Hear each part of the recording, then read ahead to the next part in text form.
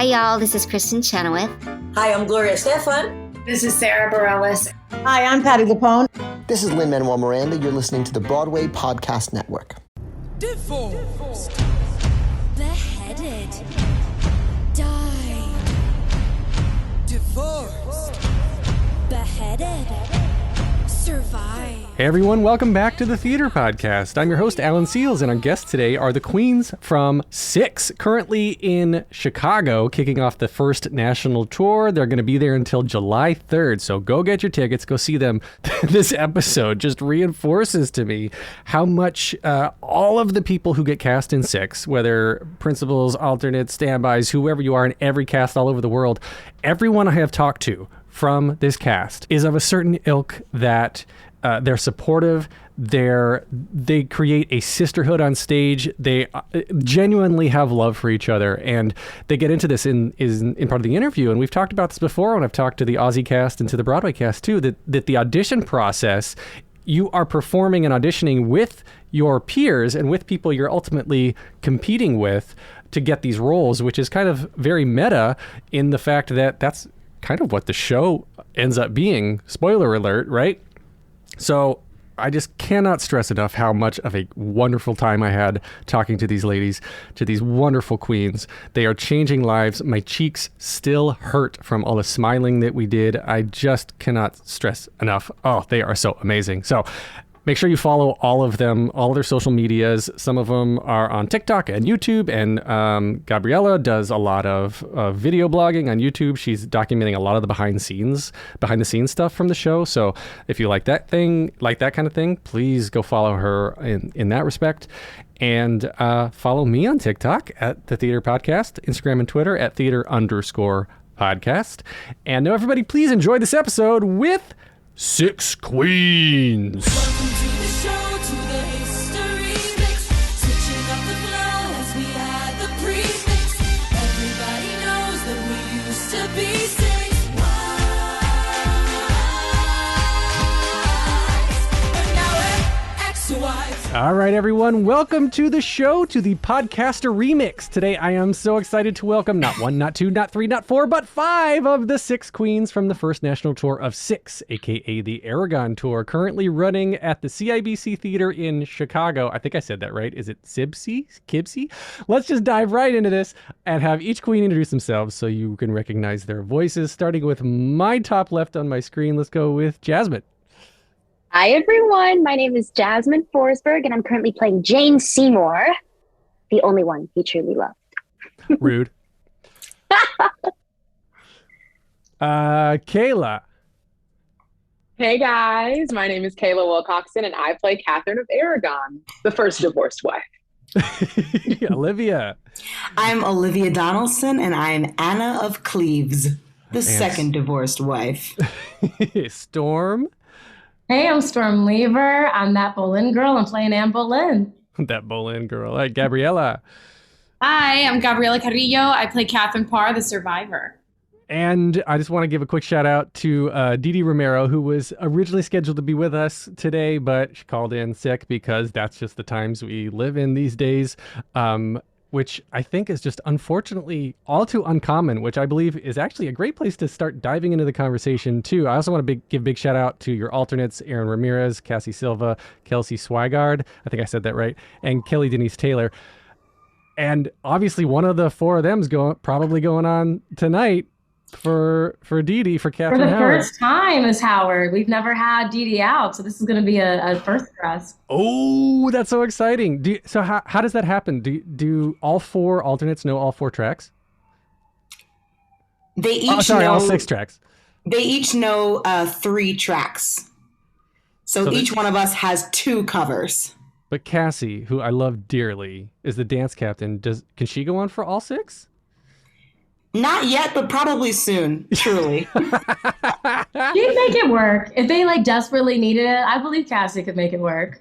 Oh, she's amazing. So for the 5 of you then, I want to talk about sort of what the experience has been so far, because you've been running in Chicago for a few weeks now, and this is actually a really long residency for a tour. It's like what, 3 months, I believe. You're going through, what's the date I'm looking for? July 3rd. July 3rd. Yeah. Yeah, you're going all the way through July 3rd.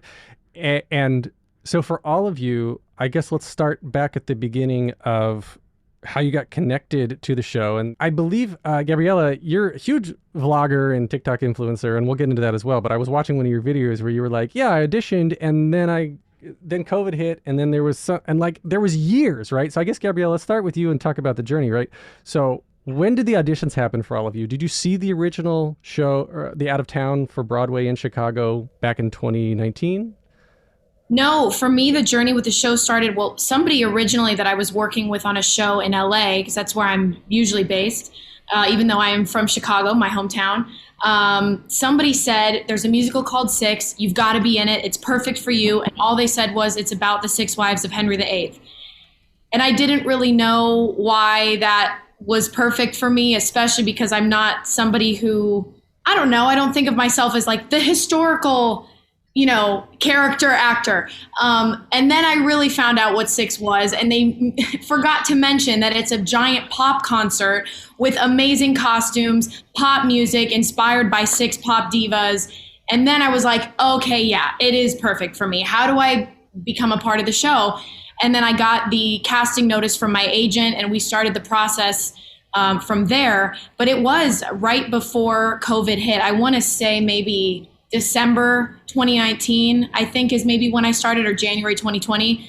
And, I got so far as to even do a Zoom chat with the team and everything. And I got excited, and I was hoping they were getting excited about me. And then the world exploded. So you didn't know that you had the role until at what point? Like you said at the beginning of COVID, you had the chat, and then everything just shut down. Yes, and everything shut down. And then they contacted me again after COVID and said, hey, we're still interested in seeing you if you're available, or things are picking up. And I'm like, yes, we have been in a I am absolutely available. Yep. All too available. I am employable. So yeah, then we picked things back up and did, final callbacks in Chicago, New York. And then I waited 4 more weeks after my final callback to hear back. It was a marathon, emotional, stressful, obviously worth it though. Wow, that's kind of insane. So Olivia, when she said that she found out at the beginning of the pandemic, you kind of like raised your eyebrows a lot. Is your story completely different or the same? I mean, I just started after the pandemic. So August, I moved back to New York City from being at home for a year and a half or so. And I remember my apartment was completely empty because I just moved in, but I did a self-tape in August, and I didn't have any, it doesn't matter. We didn't have lights. We have lights, but we didn't have overhead lights, and the sun was going down. So I was like you auditioned by candlelight. I get it. No, I literally was fighting the sun. I was like, okay, Olivia, you've got 20 more minutes before it's sunset, so you have to finish the tape now. And so, yeah, and that was in August, and then I didn't hear back for, about a month, and I was like, well, that was really fun. And then I finally heard back and got to go into this crazy audition process, which I had a lot of fun doing, but it's different than any process I've ever done.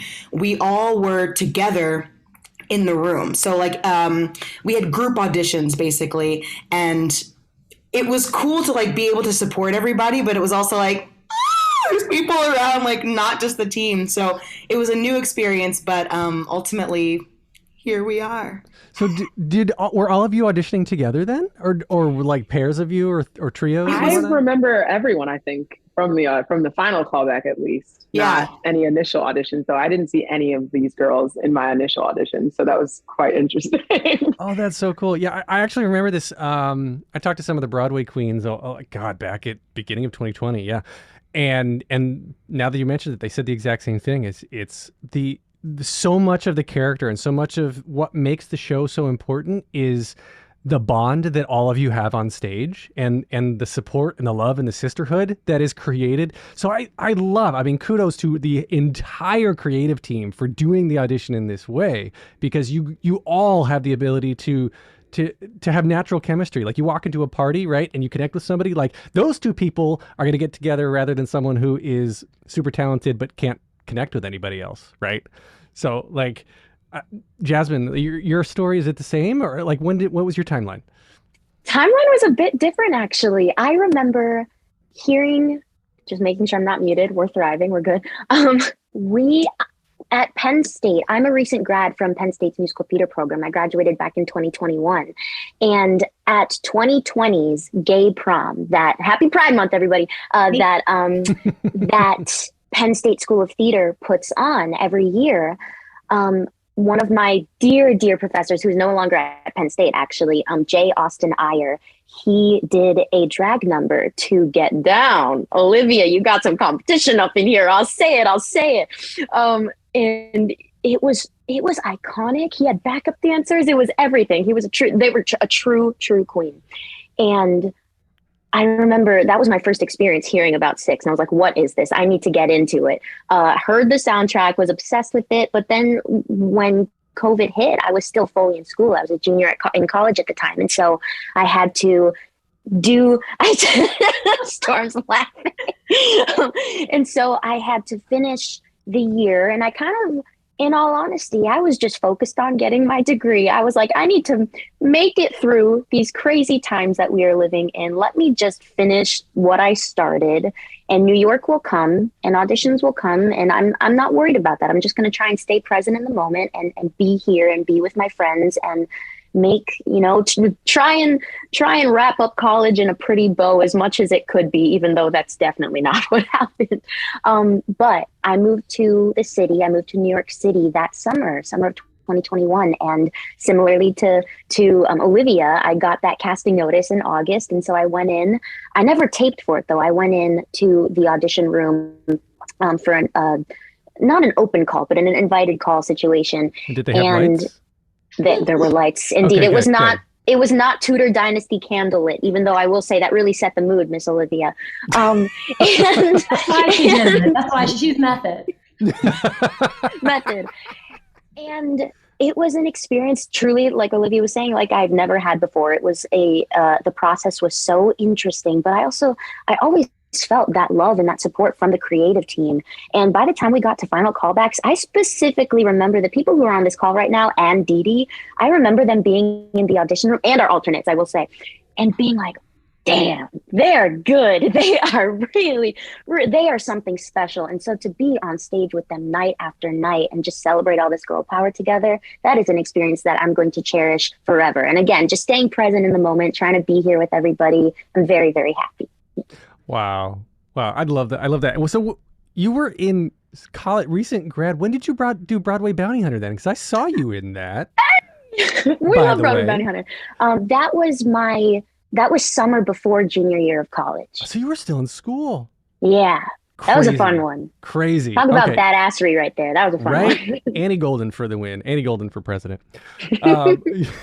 So Storm then, Storm and Khaila, were you guys post-pandemic joining the cast or pre, or how'd that work? I went way back. I auditioned back for the Broadway company when they were first getting that cast together, and were having their final callbacks in Chicago, and it was the same week I was auditioning for a show I ended up attaching to that got their Broadway debut today, Almost Famous. Today the journey came full circle. I decided to go with another show, and I had worked with that team before and really loved that team, and so decided to go this other route. And then during the pandemic, Six circled back around and asked if I was still available for auditions, Zoom auditions. And so I Zoom auditioned, and then when theater came back in September and October, I auditioned again and did the final callbacks and made the decision ultimately when Almost Famous was deciding if they were going to move forward or if I was going to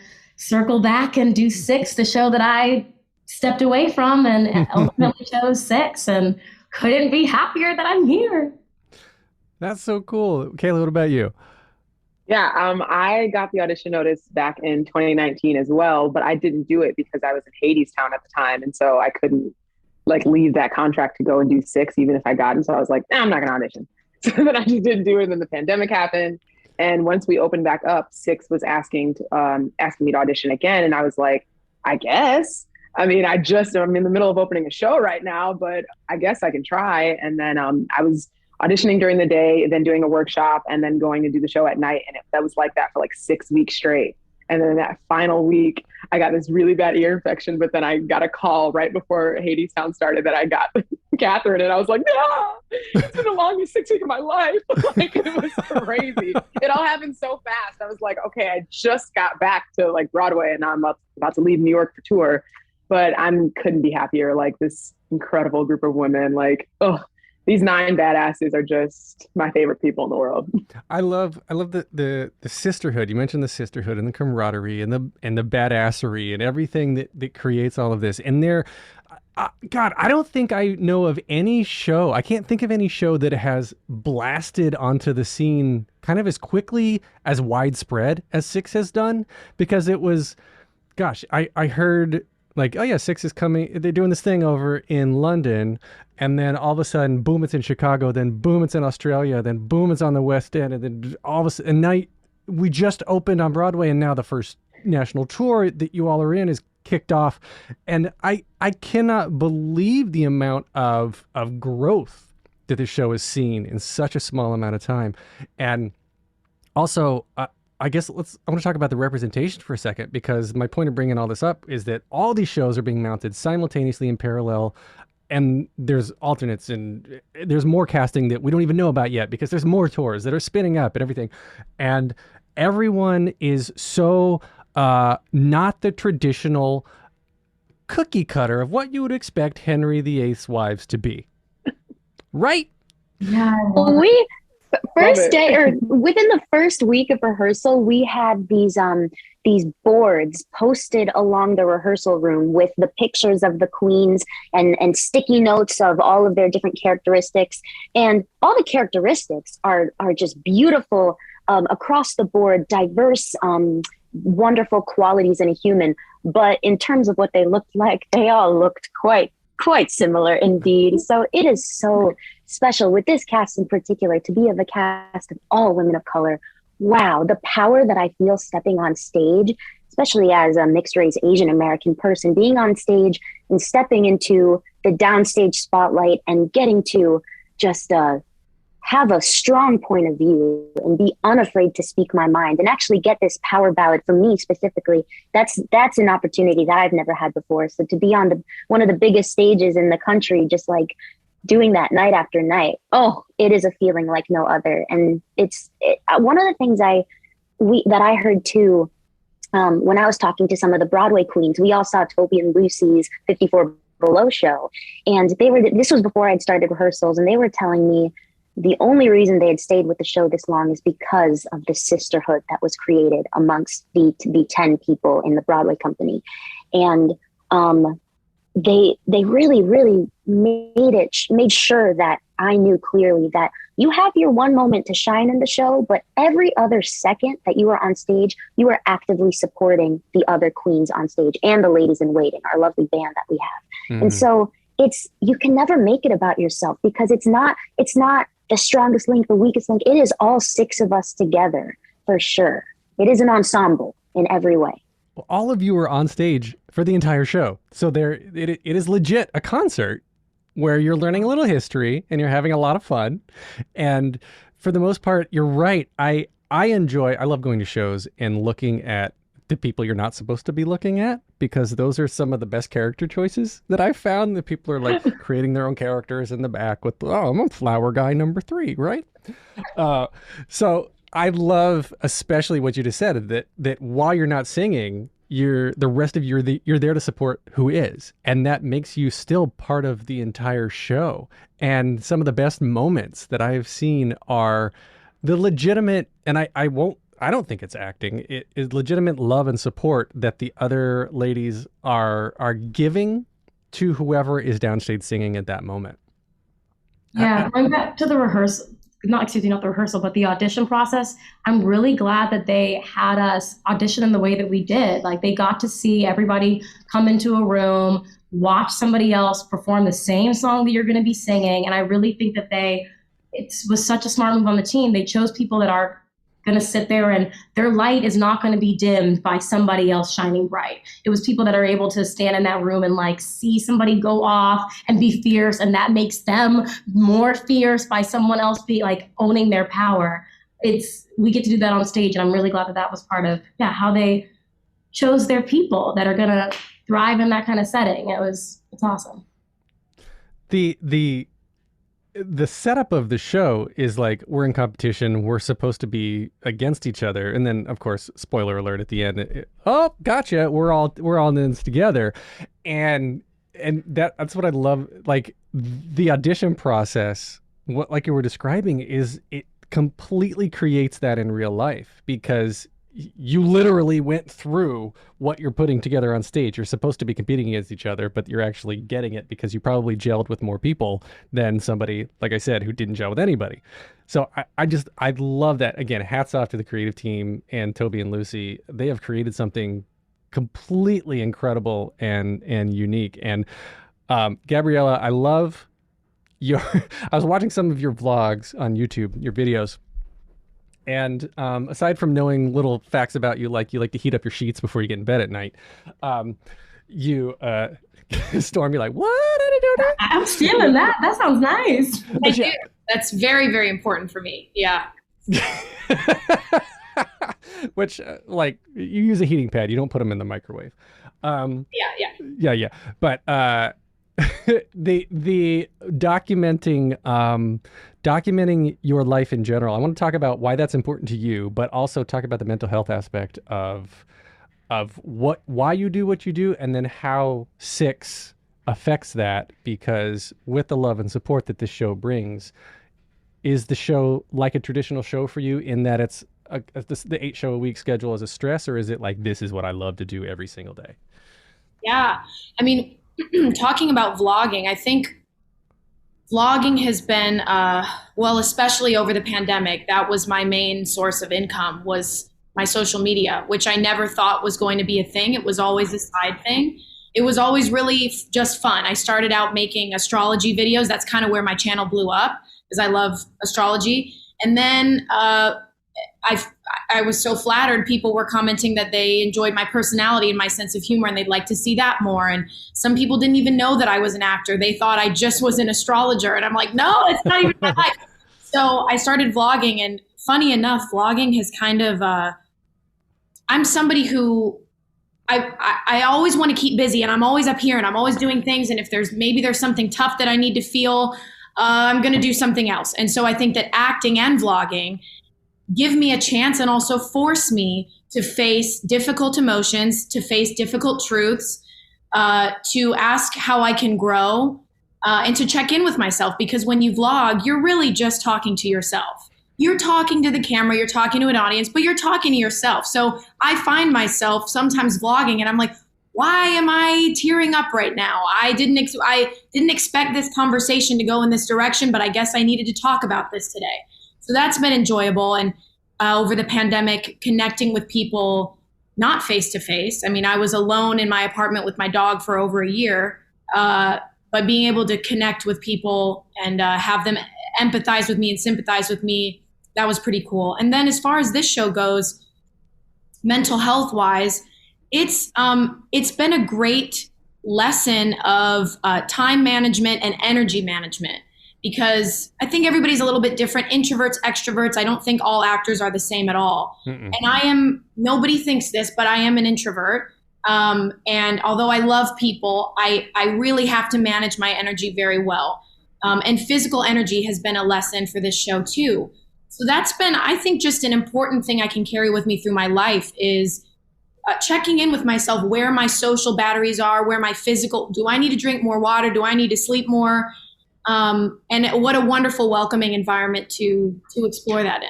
It's been great. I think it's funny, the opening night video, you were like, all right, I just got back from the party. I gotta go to bed. Cut to, I'm eating some gnocchi. Yeah, man. Now I'm going to bed. Oh, no, cut to, okay, I gotta keep talking. Cut to, now I'm warming up my sheets. That vlog where I was crying, and then I just cut it out because I'm like, all right, this is... Maybe that was just the tequila talking. We don't need doing that. But I was like sitting on my bed eating the banana, being like, and I can't believe this is my life. And I'm like, all right. Sometimes with vlogging, you don't want to seem, it can be a real moment, but you don't want to seem like it's performative. So I just cut it out. But there was a whole 20-minute crying section. What realer than like crying holding a banana in your bed? Like that's realest you can get is just I know, and sad and a little sweaty. And like the eyelashes falling off. And it's wow. What a range I go through in my day. I need to see that video. Yeah, I was gonna say if none of the rest of you have looked at it, it's one of her recent uploads on our YouTube channel. Well, it's so funny because I was like, oh well, that's real. She's going there, yeah. Khaila and Olivia, both of you have prior Broadway experience as well. So coming now to out of town in Chicago and going on a national tour for forever and ever and ever. Is this because the show needs to go on forever and ever and ever? So compared to your Broadway experiences, is this something, I guess, how is this for your emotional health, for your mental health, specifically? Because like Hadestown, take for example, right? that I mean, I love the show, deserves best Tony for best show. But that's a downer, right? Like doing that 8 shows a week. I'm like, oh God, that would be emotionally exhausting. But then 6, on the other hand, I'd be like, woo, all right, I'm doing that. I would say they are both equally exhausting. I would say that in the physical sense, they're both very physically exhausting. Yes. But I think that Hadestown in a way trained me for this show to learn how to use my body and in certain ways to be like, okay, you can't stress here right here because you gotta save that for later. Like, so little things like that, I think Hadestown taught me for this show. But the emotional toll, whew, let's just say I smile and I'm so happy when I go off stage and the adrenaline is still pumping because it's only 90 minutes. So I'm like, we got to do a second act, right? We're ready for the second act. There is no second act coming. Whereas in the Hadestown, I was always like, oh my God, there's another act. And we're not done crying yet. It's getting darker as we go on and on. Like, this is not getting any lighter. So we're still building the damn wall. Someone build the wall. We're still building this. But I'm so grateful because this show is just like, it's a breath of fresh air for me right now in my career and in my life, especially after the pandemic. I would say Hadestown was really hard to do after the pandemic. Wow, yeah. Because it was just such a dark time. But like this show is just high energy, nonstop. And I'm in love with it. I'm having the best time ever. Olivia, what about you? Yeah, I think I did come from a nice, like, sparkly Disney show. So the fun aspect is thankfully still a part of life now with 6. Also, as mentioned, this show is 90 minutes. So we can make it, like we can make it. I think the biggest difference, and we don't really yet fully know because this is our first stop, is just, going from city to city and not having as much of a home base. And you really, as Gabi was saying earlier, have to manage your time and your social battery because it's like, it's not, I'm going to go back to my normal restaurant or my normal friends. It's like, okay, you want to do all the things, you want to see the aquarium, but also like we need rest. So I think that I'm excited that we have a great company from all of our crew, like to the band, to the cast, because when we're at work, it can be like a good time and then we can go elsewhere and recharge. But no, it's a good, we've got it really great right now. We've got it really great. And I'm so excited for a year more, Like, let's go. The most important question then, are you an aquarium girl? What's your, that's oddly specific. Well, you know what it is? It's because I haven't been to the aquarium yet this time around in Chicago. So I have plans to go maybe in a couple weeks and see, are there whales there? No. Are there sharks? There are sharks. They do a great dolphin show. Dolphins. We're going to see the dolphins. I missed the dolphin show. I went with Cassie and one of our lovely stage managers, Tia. Where were the dolphins? And Brookfield Zoo, too. They do a great... Yes, Brookfield Zoo. I was just going to say. My first I'm going there. was a dolphin rider, so I know all the best dolphin shows. Did you I'm just going say there with you my were a cousins in a dolphin couple rider? weeks. No, it was my first dream. My first career dream was to be a dolphin rider. Oh, right. I'm sure you can see it. I definitely can. You have the hair for it. Facts. just hair flowing. But give me your best dolphin imitation. Well, actually, I'm going to pass that one to Storm. Uh-oh. Why me? Because I make strange noises. You did that noise in Dee Dee's TikTok. Oh, it was supposed to be a riff, but it did turn out sounding dolphin. It was more of a dolphin. Hybrids too sometimes sounds like dolphins. That's accurate.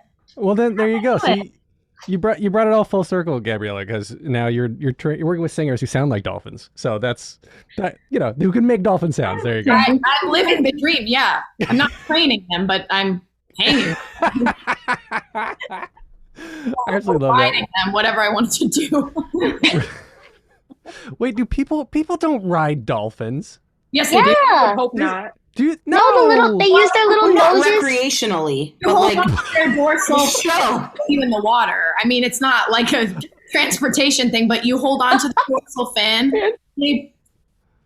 That's Elon Musk's next big challenge, right? Like getting all the way from an Uber. Yeah, like it's Aber or something, yeah, right? No, too much. No. You guys are all unmuted. You guys keep muting, but you messed up the laughs. Oh my goodness. Okay, so on that bad note, the audience reaction, right? Talking about bad reaction to dolphin jokes.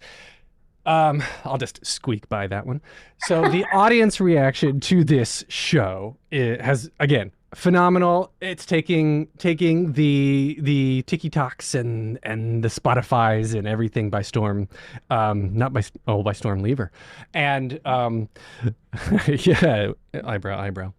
And so all the audience is coming back. You're getting all this feedback. Have any of you experienced anything that's stood out in your mind from the audience that's been this, amazing feedback that you wouldn't have expected in a role like this? Well, Gabi recently got proposed to, so yes, as well. I was gonna say gifts are crazy because I think every other show I've done, I haven't really received gifts or personal things, and that's been awesome, and that feels very, very special, and that's a really extra thing for that's not necessary, and so it feels even more like, wow, you really took the time. And yesterday, there was a young fellow who sent me a photograph that made a custom, very young fellow, so don't be worried about the contents of this. He's just, this t-shirt says, "Marry me, Catherine Parr." His brother was wearing a shirt and asked Dee Dee, and it said, "Marry me, Catherine." So his name is Maddox, and I am now an engaged woman. Well, congratulations. Thank you. Maybe you'll meet him in person one day. Yeah, this show has brought me so many blessings, including my future husband. Once he's Future legal. in like 15 years. Yeah. It's a very the eighth thing to do, actually, is go after someone very young. So in all honesty, obviously not, but I do love the shirt. So are you guys, I know in Broadway, like they discouraged the stage door experience because of COVID, but are you allowed to do that in Chicago too? Or is that still sort of the same way out there? Technically, no, because it's still under actors equity. We're not supposed to, but we do go out the stage door sometimes. And sometimes there are people out there and we can't help but to just thank them for coming and giving us their energy throughout the night. So like, it's a weird thing. It's a weird toss up right now with stage dooring. Well, do you enjoy that, or is that as various levels of introverts and extroverts? I would assume some people get charged up by that, and other people are like, "Nope, that's going to drain my battery." I don't know. Some days I'm like, I'll do it, but I think I have really bad anxiety, so like I won't. I'll be like, I can't do it today. I'm going to sneak out the front. I think it really is a case by case basis for everyone, and every individual day is different because there are some days where I know that I have 2 shows tomorrow. So after a Friday night show, I'm like, do I have the mental capacity and the emotional capacity to like want to like interact in this way, knowing that tomorrow's a really, really long one? But it is also like there's a give and take because they do charge you up, and hearing how people respond to this show and their excitement, you can't help it. It just makes you so happy. That will never get old, feeling so fulfilled by how the show resonates with people. And you see audience members like of they're so different. The variety that you get to encounter in this show and how it speaks to them, every single person, it's really, really special. That's what I was going to say about when you were mentioning how quickly the show has spread and what a phenomenon it is. I think I'm sure that it's because of the people that it connects with, because there is a demand for the show, because when there are people that love the show and the music and the characters, and they want so badly to actually be able to see it, because most of these people, I mean, when it was just on Broadway or, whatever, people from all over the world can't, come out and see that. So when there's a demand for something because it makes you so happy, I think that's why it's spreading like wildfire, is because there's that demand for it and people are just so excited about it. So of course they're going to send it wherever they can. I think that's great. My kids love it too. I have a almost 6-year-old and a 7.5-year-old, and they love it. And they ask for the soundtrack all the time, cast album all the time. Do you find that some of the jokes, they go over the head, right? Yeah. Yeah, sometimes in the audience, I look at children when we make like a joke, and I think it's like this. So I'm like, okay, cool. We have jokes for everybody. Yeah, and I just thought it was funny too when the Broadway cast performed on Good Morning America, they had to bleep out "prick up your head." They bleeped out "prick," but I was like, it's "prick up your head," people. Come on, like we're all grown adults here. Just because this is 10 a.m. doesn't mean you can't have a sense of humor. Like this is a little bit much. But yeah, I agree. I love the wordplay. That's part of why I will watch Hamilton on Disney Plus with the captions on, because every time I'm watching it again, I'm seeing more wordplay. And that's where, Lynn and again, Toby and Lucy too, just wordplay geniuses, the way that the lyrics are strung together. It is absolutely brilliant, which, let's put this out in the universe. Toby, Lucy, and Lynn should all work on Encanto. Let's put that out there. Manifest. Assuming Encanto is going to turn into a musical. I don't hold me to it, but it needs to happen. And I'll produce the shit out of that. Okay, do each of you have a favorite moment in the show that is not when you are singing your own song? Jasmine. Oh, put me on the spot right here. Two of my favorite moments are moments that I have with Miss Khaila. When we have started, after Jane flips out on Catherine of Aragon, Jane is unhinged, and she does some intense screaming at the queen, at the first queen, and she realizes that she just went overboard, and Catherine calms me down so much. Khaila calms me down, and we have this little bow moment together that we have established. I wonder if it'll get cut one day. Who knows? I still think it's rooted in character, but here we are. And then the second moment in the show is when the show is completely derailed, and we don't know what to do. We're at a complete loss for words, and the show truly just comes to a screeching halt. But prior to that moment, I approach Catherine of Aragon. I approach Khaila saying, what are we supposed to do? And she said, don't follow me. I need my space. And it's like a whole moment. It's a whole moment that is kept under wraps because we've already been noted on it before. So we've taken it back. But those are two of my favorite parts. And I really hope they stay forever.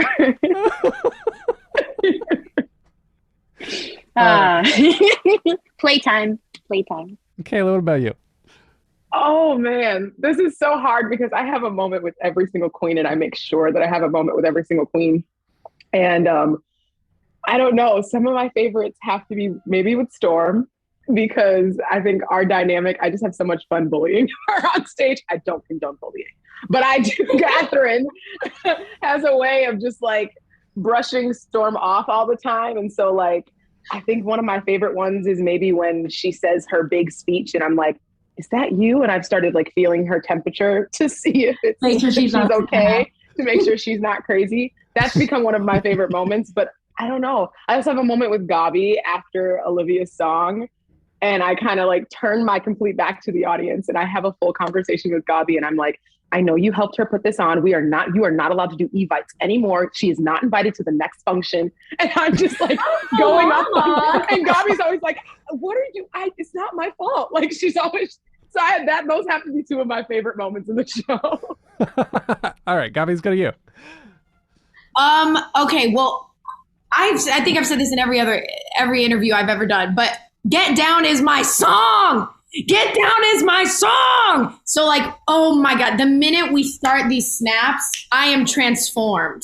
I am on another level. So I do like when we're reclined and she says, keep it on the bone.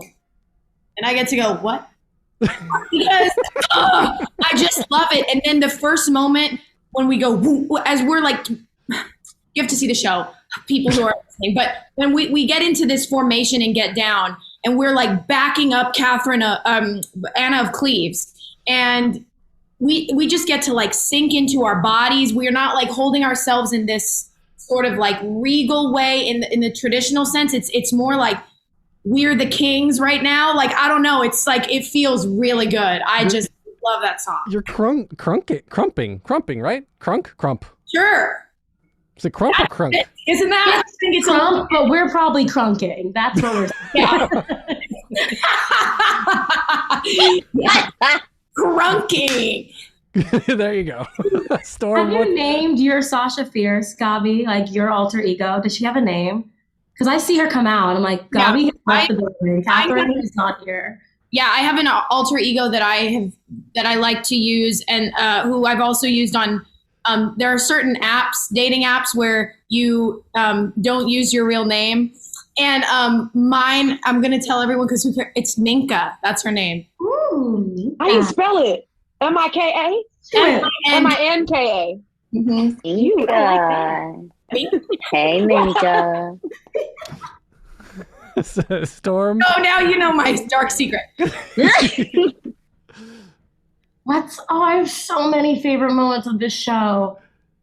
I think one of mine is, Dee Dee's not here, but her backing vocals line is such a dig. It is so funny. It's the audience too. We get you can hear throughout the show a lot of the younger audience cheering and laughing and engaged. And the insult of the backing vocals, you hear every adult in the audience just like, to their core be insulted, and the entire audience erupts. It just brings me so much joy. It's so funny. It is a moment where there's no acting involved, the way I react to her saying that every night, because it is just, and also looking at sweet Gabi's face afterward, who like didn't do anything, like has just been so nice to us the whole show. Like, she doesn't deserve this treatment. And that's why the audience is so upset, because she's been so lovely. It's my favorite. That was a whole process reacting to that line, because there used to be something inside me that was like,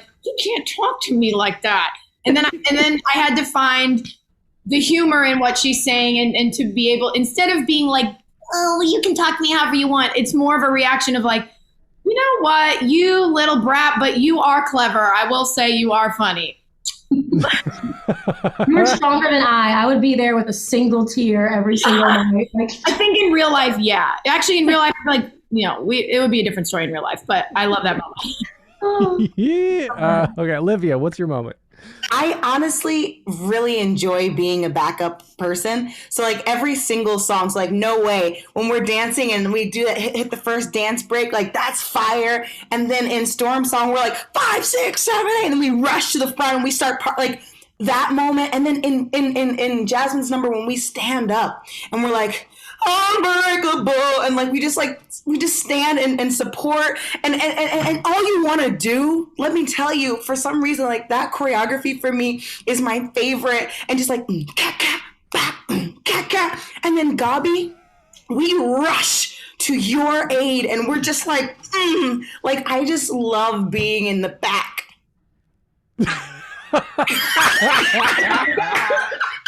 That was the sentence. I love being in the back. Period. It's so fun to be in the back and like just support. And like you said, we get to have a little bit of fun and, make some funny eyes to our friends in the audience. Like, I love it. Oh my God.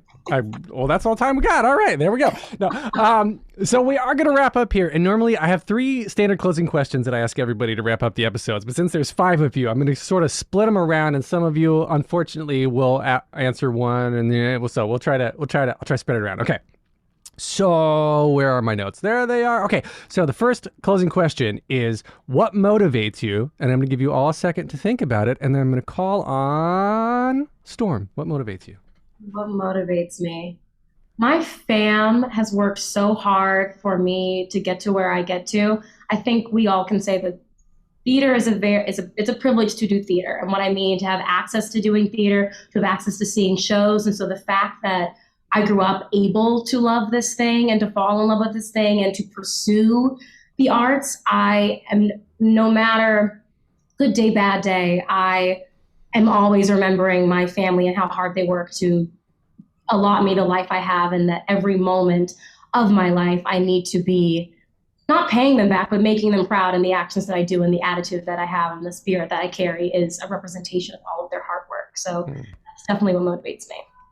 Khaila. Right now, with the climate of the world, I would say that my family, absolutely, but more so importantly, my niece is motivating me to just continue to go and keep going and show little Black girls that, like, there's a space for you in the world of arts, and like, you matter and you're important, and just be, it says it in my bio in the playbill, but the sun doesn't ask permission to shine, so neither should you. And so that is something that has really just been pushing me and motivating me nowadays. How old is your niece? She is 1.5 years old. Oh my goodness. Oh, that's the best age. It's before they start talking back to you. We get a little back and forth already. So. All right. So next question. What advice would you give to your younger self and younger people listening now, starting out down a similar path? Olivia.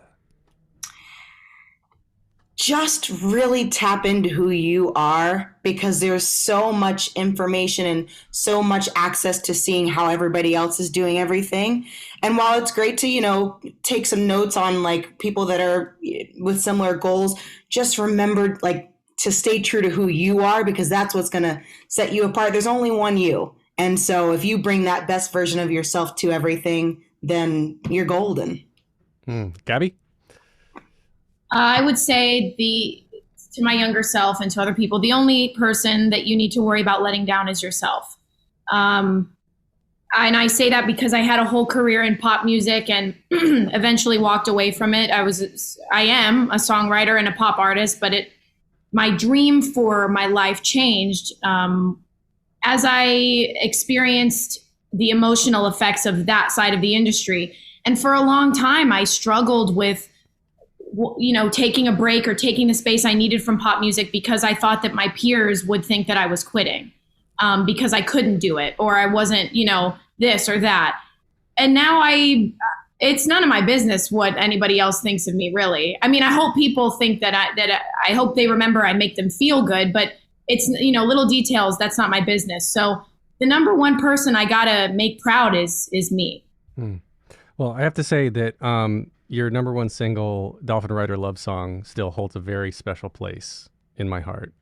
The what? What? Your number one single, Dolphin Rider Love Song. Oh, yes, of course. Yeah. That's my first album. Yeah. Right.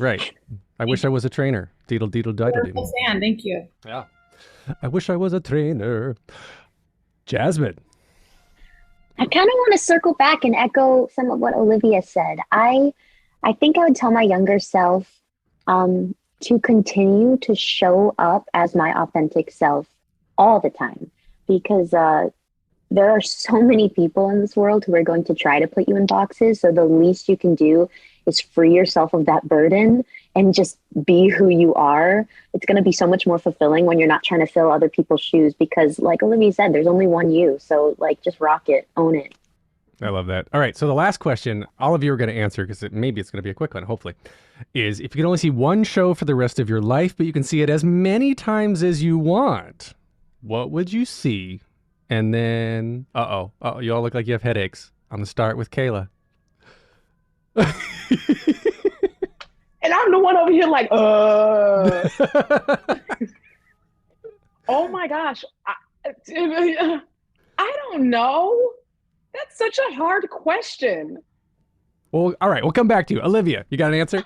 Well, I have to go with the first thing that came to mind. I saw The Color Purple on Broadway 10 times, and like I could see it again. I mean, obviously it's really light. But I do think I could see that again and again. All right, Gabby. Oh, I can't do this. Part of me wants to say like a jukebox musical because actually I really like jukebox musicals and they get me going. I like pop musicals. But also In the Heights. I also am like a sucker for Cats. I also love Jersey Boys. I'm gonna say In the Heights, I guess. I don't know. Okay. Jasmine? Kayla's going to think I'm absolutely crazy, but I think I'm going to say Hades Town. Ooh. I saw it back in January and I was so moved, like deeply moved by that production. And I don't know, it just it invigorated my love for theater. Not that it ever went anywhere, but like I was like, oh dang, this is why I love theater. So like, I think if I could continue to be inspired in that way, I'd be very happy. All right, Storm. And Kayla, don't think I forgot about you. I'm coming back. I'm like, You said it like it was going to be such an easy question. This will be a quick one. This is like choosing your child. Sophie's voice over here. Oh my gosh. The first one that came to mind, I love one of the first shows that I fell in love with of like understanding the power of theater and how it could really like be a mirror to society was Cabaret. But that's such a depressing choice. Do I want to live there every day? But I do love the music and the message. And that's mine right now. Maybe because I'm in black, so I'm feeling my Fosse vibe. So I'm pressed for it. So Cabaret. All right, Kayla. You got to okay, I think I have it. one. The 2011 cast revival of Godspell. I need to that. I know it's really specific, but like I really do love Godspell, and something about Joshua Henry, Lindsay Mendez, like that. Just what's his name? Not Joshua Henry. What's his name? Smith. Oh God, I'm blanking. I can't think of his first name, but yeah, the 2011 revival of Godspell. Wow. That exact cast. No other cast, please. Thank you. Fair enough. All right. Everybody visit sixonbroadway.com. There is you can go to the tour schedule there so you can find these wonderful ladies. They're in Chicago until July 3rd. You can also follow all of them on social media. They're all amazing on social and YouTube and TikTok and all over the place. Just find them online in their bios. I'll also have their social media information in the show notes for this episode. So of course, check it there. You can get more of me at thetheaterpodcast.com. I'm on Instagram and Twitter at theater_podcast. I'm trying my hand at TikTok. I don't know what the hell I'm doing at the Theater Podcast. And Jasmine, Khaila, Olivia, Storm, and Gabriela gave us this amazing, amazing chat. Thank you all so much. Much love to Dee Dee as well, who we wish could have been here with us. And guys, break legs. This show is amazing. You are changing lives. Thank you so much for this conversation. Alan, thank you for being our 6th queen today. Woo! Yes! Alan, make a crown. Oh, how do you do that? Wait, pinky to the forehead, pinky to the eyebrow. Pinky. And then wrap the hand around. There you go. You got a little crown. Yes. There we go. Eyebrows. All right. Thanks so much for having us. Thank you.